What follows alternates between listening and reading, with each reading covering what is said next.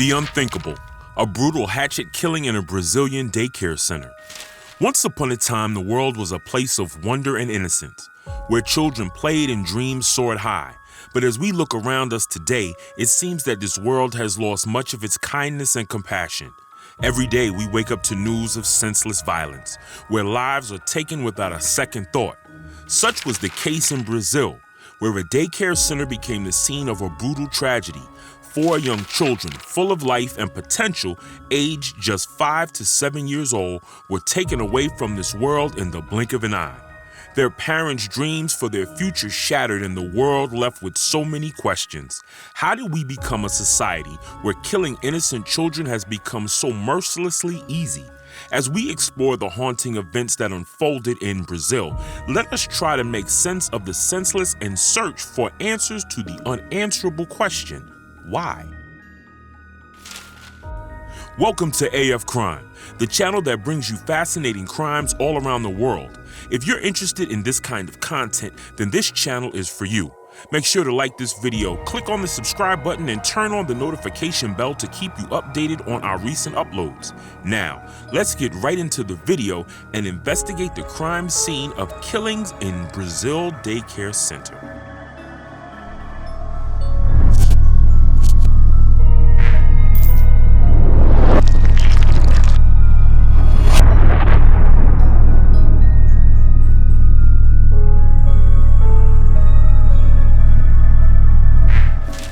As the sun set over Blumenau, a private daycare center was forever changed. Outside the Cantinho do Bom Pastor, an ambulance waited in vain as the lives of innocent children slipped away. The air was thick with grief, the cries of parents piercing through night and day. In a brutal and senseless attack, a man with a hatchet had invaded the center, shattering the tranquility of the playground. 4 young lives were taken, and at least 5 more were left wounded and scarred. Images broadcast on networks showed a scene of unspeakable horror as the weeping parents of the children gathered outside the daycare center. They had entrusted their little ones to the care of others, only to have their hopes and dreams shattered in an instant. The playground, once a place of laughter and joy, was now a haunting reminder of the cruelty that can lurk in the hearts of the victims' families. As the local affiliate of television network Globo reported, the attacker had jumped over a wall to carry out his heinous attack. In the wake of this tragedy, the community is left with so many questions. How could someone have the audacity to commit such an atrocity against innocent children? The governor of Santa Catarina, Jorge Melo, took to Twitter to announce that a male suspect had been apprehended after the tragic attack. The culprit had initially fled the scene, but later surrendered himself to the police. The civil police chief, Ulysses Gabriel, confirmed that the perpetrator is a 25-year-old man from neighboring Paraná state. The assailant will face charges of murder and attempted murder for his heinous acts. While the motive behind his attack remains unknown, authorities are treating this as an isolated act of violence and do not believe it is connected to any other crimes. The governor expressed his deepest sympathies to the victims of the senseless violence, stating, "May God provide comfort to the families during this time of profound sorrow."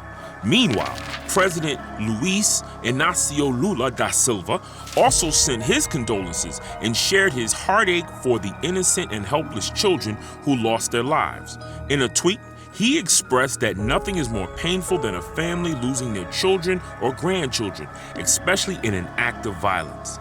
Imagine a community in mourning after a senseless attack claims the life of an innocent child. As we grieve for the loss of this young life, we can't help but wonder about the ripple effects of such a tragedy. How much pain must the families of other victims be feeling? And for the parents of the child who lost their life, how devastating it must be to know that their precious child was taken without cause or reason, without even the chance to commit a single sin. São Jose Cemetery, as mourners gathered to bid farewell to 4 innocent souls who were taken too soon. 5-year-old Bernardo Cunha Machado loved his toy turtle, and his family brought it with them to his burial. Bernardo's mother, who was completely distraught, closed her eyes and leaned her head and hands in prayer against the metal door of the vault behind which her son was interned. Bernardo's father wore a Spider-Man t-shirt to his son's funeral, a tribute to his son's favorite superhero. The cemetery was filled with sorrow as parents and other mourners barely spoke with the press, struggling to make sense of the senseless acts of violence that took away the lives of these innocent children. The mourners had to either drive or climb a steep ladder to reach the private room where the burial took place. As the caskets passed by in black vans, a middle-aged woman wept and cried out for her nephew. Enzo Barboza, a 4-year-old who had been adopted, was also buried that afternoon in a different cemetery. Friends of Enzo said their final goodbyes with heavy hearts. At the daycare center where the tragic incident took place, dozens of mourners gathered to pray, lay flowers, and grieve for the victims. Rose Silva, a daycare staffer, shared a heart-wrenching story about a father who was in tears screaming, "Wake up, Bernardo. It is time to go to school." The pain and confusion were palpable as everyone struggled to understand why such a heinous act had taken place against innocent children who were just playing at school. Sadly, this is not an isolated incident. In fact, from 2000 to 2022, there were a total of 16 attacks or violent episodes in schools in Brazil, according to a report by education professor Daniel Cara. It is a devastating reality that's hard to comprehend. Children should never have to worry about being attacked in their own classrooms. The country is now grappling with how to respond to this problem that seems to have no easy solution.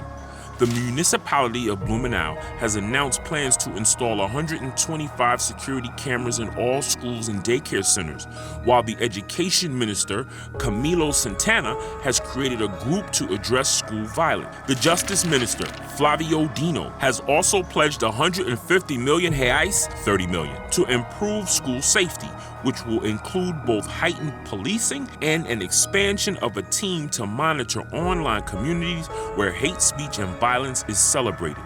The killers in these school attacks are often young people who engage in misogynistic or racist speech, use neo-Nazi and fascist symbols, and find solace in online communities where violence is glorified, according to Cara.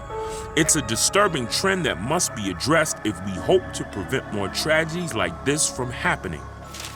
The devastating impact of school violence is not limited to physical injury or loss of life. It leaves deep emotional scars on the survivors, the families, and the entire community.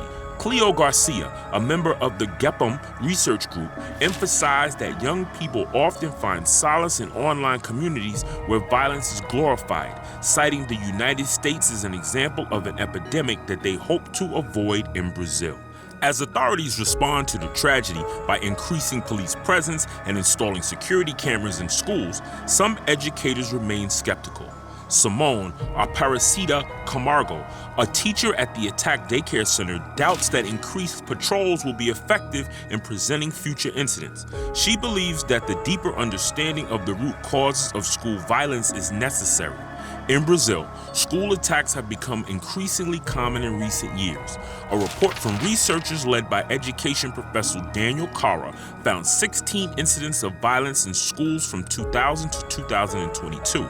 Unfortunately, some young people engage in hate speech, racism, and violence, which they glorify on online platforms. This glorification, combined with other factors, leads to school violence.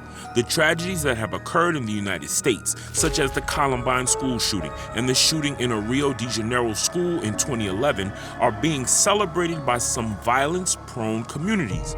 Brazil is grappling with a similar problem and must take steps to understand and address the root causes of school violence to prevent further tragedies.